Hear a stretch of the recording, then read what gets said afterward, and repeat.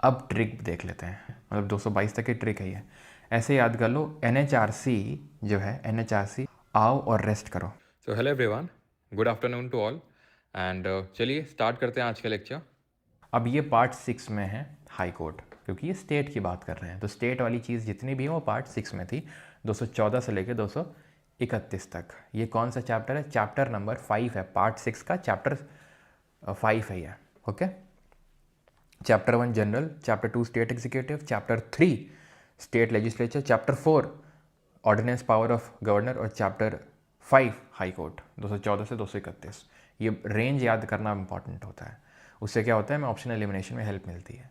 तो स्टैब्लिशमेंट, पहला आर्टिकल तो स्टैब्लिशमेंट की बात करेगा कि हर राज्य का एक हाई कोर्ट होना चाहिए। अच्छा, क्या हर राज्य में हाई कोर्ट है? The answer is no. कहीं कॉमन हाई कोर्ट भी है। इंडिया में टोटल कितने हाई कोर्ट हैं एट प्रेजेंट कितने हैं? 25 हाई कोर्ट हैं, ठीक है, 25 high courts. High court to be a court of record, ये 215 में 215 में क्या है? उच्च न्यायालय, अभिलेख न्यायालय होगा। अभी का मतलब क्या होगा? वही मतलब होगा कि सारे रिकॉर्ड्स, ऑर्डर को प्रिजर्व किया जाएगा और अपने कंटेम्प्ट के लिए पनिश कर सकता है। जैसे अभी जोधपुर हाई कोर्ट ने विकास देवी कीर्ति को, है ना, बुलाया था कि आपने क्यों ऐसा किया, तो आइए आप जरा जवाब दीजिए। तो वो हाई कोर्ट ने अपने कंटेम्प्ट के लिए पनिश किया। Constitution of high court, that is one, किस का कॉम्पोजिशन क्या होगा? तो एक CJI होगा एंड अदर जजेस एज पार्लियामेंट में डिसाइड। एक CJI होगा और जो बाकी कुछ जजेस जो पार्लियामेंट डिसाइड करेगा टाइम टू टाइम। ये चीज़ आपको थोड़ा सा ध्यान रखनी है, ठीक है। यहाँ पे ध्यान रखना, पार्लियामेंट नहीं होगा, ये प्रेसिडेंट होगा। पार्लियामेंट जो है इनका जुरिसडिक्शन डिसाइड करता है। यहाँ पर प्रेसिडेंट होगा, संसद नहीं, राष्ट्रपति होगा। जो सुप्रीम कोर्ट था उसका कॉम्पोजिशन पार्लियामेंट डिसाइड कर रहा था। कौन? पार्लियामेंट। स्ट्रेंथ की अगर बात करेंगे तो स्ट्रेंथ प्रेसिडेंट डिसाइड करेगा। स्ट्रेंथ कौन डिसाइड करेगा? प्रेसिडेंट। पार्लियामेंट क्या करेगा? पार्लियामेंट जुरिसडिक्शन को एक्सटेंड करने का काम है उसका, ठीक है। 217 में लिखा हुआ है अपॉइंटमेंट एंड कंडीशन ऑफ जजेस। अपॉइंटमेंट कौन करेगा? जो सुप्रीम कोर्ट के जजेस की कर रहा था, प्रेसिडेंट। किससे कंसल्ट करके? अगेन कॉलेजियम होता है, ये CJI है, गवर्नर है, chief justice of high court है। मैक्सिमम एज क्या है हाई कोर्ट का जज के लिए? 62 ईयर्स। पहले सुप्रीम कोर्ट के जज की हमने देखा 65 साल, वैसे पहले इसकी भी 65 होती थी, लेकिन 15th कॉन्स्टिट्यूशनल अमेंडमेंट था, 15वां संवैधानिक संशोधन था, जिसने कि क्या किया था, इस उम्र को 65 से घटा के 62 कर दिया था सुप्रीम कोर्ट के जजेस के लिए। हाई मिनिमम यहाँ पे भी कुछ नहीं होती, मिनिमम एज जैसे सुप्रीम कोर्ट में कुछ नहीं थी जज बनने के लिए, वैसे यहाँ भी कुछ नहीं है। हाई कोर्ट जज shall hand his resignation to the president, ठीक है। अपना रेजिग्नेशन किसको देंगे? राष्ट्रपति को देंगे। सुप्रीम कोर्ट वाले भी किसको दे रहे थे? प्रेसिडेंट को। इनका रिमूवल प्रोसेस पूरा सेम है सुप्रीम कोर्ट का जज, यानी ग्राउंड भी प्रूव्ड मिसबिहेवियर इनकैपेसिटी होंगे और प्रोसीजर भी पूरा सेम होगा, ठीक है। क्वालिफिकेशंस की अगर बात करेंगे 217 में लिखा हुआ है, एंड दैट इज़ कि एक तो भारत का नागरिक होना चाहिए, उसके अलावा या तो 10 साल तक एडवोकेट रहा हो हाई कोर्ट में, या 10 साल तक कोई भी जुडिशियल ऑफिस होल्ड किया हो। सुप्रीम कोर्ट में क्या देखा था? भारत का नागरिक हो या यानी और भारत का नागरिक हो और 5 साल हाई कोर्ट में जज रहा हो, या फिर 10 साल हाई कोर्ट में एडवोकेट रहा हो, या प्रेसिडेंट की नज़रों में डिस्टिंग्विश जूरिस्ट हो। यहाँ पे क्या है? सिटीजन के अलावा 10 साल या तो एडवोकेट रहा हो हाई कोर्ट में, जो सुप्रीम कोर्ट के साथ कॉमन है, या फिर कोई भी जुडिशियल ऑफिस होल्ड किया हो आपने 10 साल तक, कोई भी जुडिशियल ऑफिस। यहाँ कोई डिस्टिंग्विश जूरिस्ट वाली चीज़ नहीं है कि प्रेसिडेंट की नज़रों में डिस्टिंग्विश जूरिस्ट को अपॉइंट किया जा सकता है, हाई कोर्ट केस में नहीं, सुप्रीम कोर्ट के केस में। 218 में क्या है?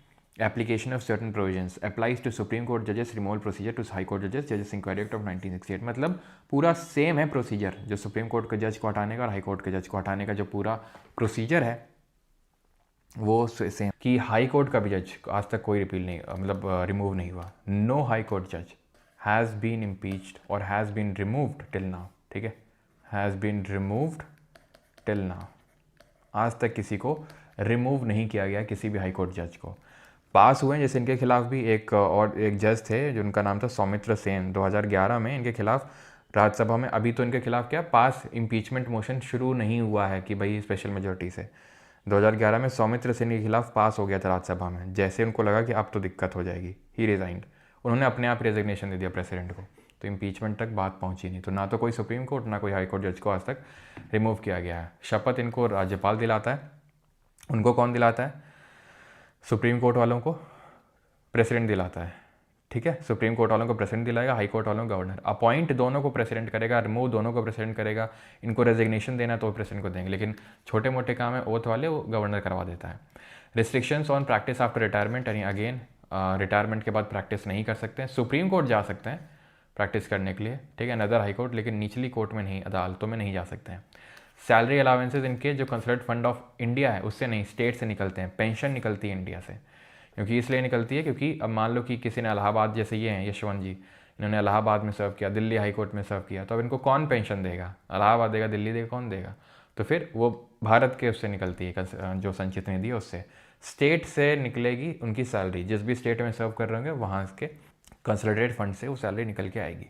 ट्रांसफ़र ऑफ जजेस, तो प्रेसिडेंट ट्रांसफ़र कर सकते हैं जजेस का। अच्छा, केसेस को भी ट्रांसफ़र किया जाता है from court to court, high court to एक कोर्ट से दूसरी कोर्ट में, वो पावर सुप्रीम कोर्ट के पास है। सीजीआई से पूछेगा, ठीक है, सीजीआई से पूछेगा। प्लस ध्यान रखना है कि जिस कोर्ट से जा रहा है, जिस कोर्ट में जा रहा है, दोनों के जो सीजीआई है उनसे पूछेगा।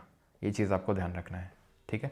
Appointment of acting chief justice, the president can appoint acting chief justice when the office of chief justice अगर वो वेकेंट है या अपनी ड्यूटीज़ परफॉर्म नहीं कर पा रहा है, जैसे वहाँ देखा था वैसे यहाँ पे भी एक्टिंग चीफ जस्टिस को अपॉइंट किया जा सकता है। जैसे वहाँ पर आपके थे एडहॉक जजेस, है ना, और रिटायर्ड सीजीआई, रिटायर्ड जो जजेस हैं, एक तो एडहॉक वाले और रिटायर्ड, तो वैसे यहाँ पर भी एडहॉक यानी कि टेम्प्रेरी तौर पे the workload of the high court increases, अगर वर्कलोड इंक्रीज हो गया तो प्रेसिडेंट में अपॉइंट एडिशनल जजेस for a temporary period of not exceeding 2 years। जैसे वहाँ पे नहीं एडहॉक जजेस वाला था, वैसे यहाँ पर भी वही एडहॉक जजेस है। टेम्प्रेरी जजेस को अगर वर्कलोड बढ़ गया है तो उनको अपॉइंट कर सकता है कुछ को और एक्स्ट्रा, ठीक है। एक्टिंग जजेस, इफ अ जज is absent unable to perform duties और सीट इज वेकेंट, जज में अपॉइंट एन एक्टिंग जज, ठीक है, ये भी टेम्प्रेरी तौर से होता है। These appointment are to be done in consultation with CJI, CJI के परामर्श लेने के बाद ही ये सारे काम करने हैं।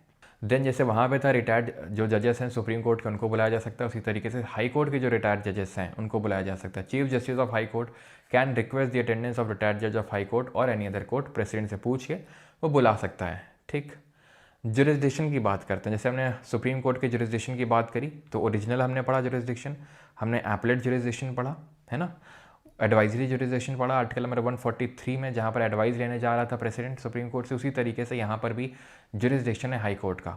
ओरिजिनल है किस मैटर में? रेवेन्यू मैटर में और election dispute of MPs and MLAs, सांसद और विधायकों के अगर कोई इलेक्शन डिस्प्यूट है तो वो हाई कोर्ट देखेगा।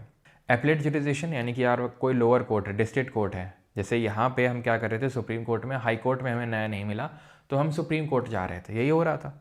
हाई कोर्ट के केस में क्या होता है, अगर हमें डिस्ट्रिक्ट कोर्ट में न्याय नहीं मिला तो हम हाई कोर्ट जा सकते हैं। Here appeals about decisions made by lower courts, lower court मतलब वही डिस्ट्रिक्ट कोर्ट हो गई हमारी। तो डिस्ट्रिक्ट कोर्ट से अगर आपको लगता है न्याय नहीं मिला तो आप अपील कर सकते हो। इसको इतना डिटेल में पढ़ने की जरूरत नहीं है जितना हमने सुप्रीम कोर्ट को पढ़ा था।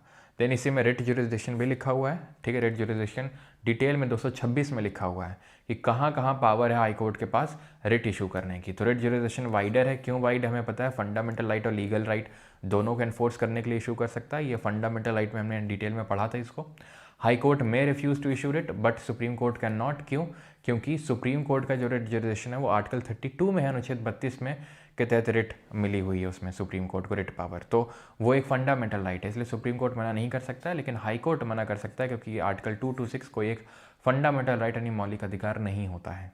आर्टिकल 227 अनुच्छेद 227 में सुप्रिटेंडेंस ओवर सबऑर्डिनेट कोर्ट लिखा हुआ है, यानी अधीनस्थ न्यायालयों का अधीक्षण, जितने भी कोर्ट हैं नीचे हाई कोर्ट के वो सब, उन सब पे सुप्रिटेंडेंस यानी कंट्रोल इसका होता है। कैसे कंट्रोल होता है, किस तरीके से कंट्रोल होता है?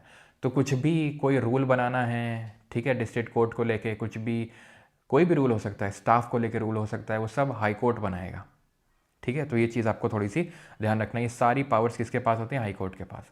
Transfer of certain cases to high court, कुछ मामलों में उच्च न्यायालय में स्थानांतरण, यानी कि कुछ केसेस को ट्रांसफ़र करना, ट्रांसफ़र जो हो सकते हैं कुछ मामलों में उच्च न्यायालय में स्थानांतरण, ये इसमें दिए हुए 228 में। 229 में officer and servant of high court by chief justice of high court, ठीक है। तो जो भी हमने देखा था वहाँ पर ऑफिसर और सर्वेंट दिए हुए थे आर्टिकल नंबर 146 में, वैसे यहाँ पर 229 में दिए हुए हैं। जैसे वहाँ पर सीजीआई अपॉइंट कर रहा था वैसे यहाँ पर हाई कोर्ट का जो जज है वो अपॉइंट करेगा यहाँ पे, ठीक है, ऑलराइट। देन अगर बात करें 230 में तो extension of jurisdiction to UTs, ये इंपॉर्टेंट है, किसी केंद्र शासित प्रदेश में अधिकार क्षेत्र का विस्तार। जितनी भी हमारी यूटीज़ हैं, 8 यूटीज़ हैं इंडिया में, इन 8 यूटीज़ में दिल्ली के पास और दिल्ली के पास खुद का हाई कोर्ट है, JNK जम्मू कश्मीर एंड, ठीक है, एंड लद्दाख के पास खुद का हाई कोर्ट है, कॉमन हाई कोर्ट, इन दोनों का कॉमन हाई कोर्ट है, इसका खुद का एक हाई कोर्ट है। इनके अलावा जितनी 5 यूटीज़ हैं इनके पास खुद का हाई कोर्ट नहीं है। तो फिर कौन इनको कहाँ इनका हाई कोर्ट लगता है? तो इनका जुरिस्डिक्शन लगता है जैसे अंडमान निकोबार का कलकत्ता हाई कोर्ट में, लक्षद्वीप का केरला हाई कोर्ट में, पुडुचेरी का मद्रास हाई कोर्ट में, दादरा नगर हवेली और दमन और दीव का महाराष्ट्र हाई कोर्ट में, और चंडीगढ़ का पंजाब हाई कोर्ट में। चंडीगढ़ का पंजाब और हरियाणा का हाई कोर्ट, क्योंकि पंजाब और हरियाणा का एक कॉमन हाई कोर्ट है, तो इन दोनों का जो कॉमन हाई कोर्ट है वहीं पे चंडीगढ़ का भी हाई कोर्ट लगता है। ठीक, तो ये काम कौन कर सकता है कि ये यूटी का जो जुडिशरी है या जुरिस्डिक्शन है ये इस हाई कोर्ट के तहत आएगा। ये काम पार्लियामेंट कर सकती है। ठीक है, ये पार्लियामेंट कर सकती है। ठीक है, एक रिट जुरिस्डिक्शन से एक चीज़ याद आई, एंड दैट इज़, ध्यान रखना, एक चंद्र कुमार केस हुआ था। ठीक है, चंद्र कुमार केस हुआ था एक 1997 का, 1997 का। उसमें सुप्रीम कोर्ट ने ये कहा था कि ये जो रिट जुरिस्डिक्शन है of supreme court and high court is a part of basic structure of constitution, is a part of basic structure. मैंने आपको बता रखा है पहले ही बेसिक स्ट्रक्चर क्या होता है, कहीं भी कॉन्स्टिट्यूशन मेंशन नहीं है। ये केशवानंद भारती केस में इसका ओरिजिन हुआ था। ठीक है, तो ये चीज़ थोड़ा सा आपको ध्यान रखना है। ओके, यहाँ पे आप एक चीज़ नोटिस करो, there is no advisory jurisdiction. कोई यहाँ पर जैसे प्रेसिडेंट वहाँ एडवाइस लेने जा रहा था, तो यहाँ कोई गवर्नर इस तरीके की एडवाइस कोई लेने नहीं जा रहा है, तो यहाँ पर कोई एडवाइजरी जुरिस्डिक्शन नहीं है। ठीक है, तो ये चीज़ ध्यान रखना है आपको। ठीक है, आगे बढ़ते हैं। Establishment, article 231 talks about the establishment of common high courts for 2 और मोर स्टेट, यानी 2 या 2 से ज़्यादा राज्यों के लिए कॉमन हाई कोर्ट हो सकता है। ऐसा 7th अमेंडमेंट ने बोला था 1956 में जो हुआ था। ठीक है, क्लियर है। तो जैसे महाराष्ट्र और गोवा का एक कॉमन हाई कोर्ट है, जैसे अभी मैंने बताया पंजाब और हरियाणा का एक कॉमन हाई कोर्ट है। ठीक है, पंजाब और हरियाणा का एक कॉमन हाई कोर्ट है।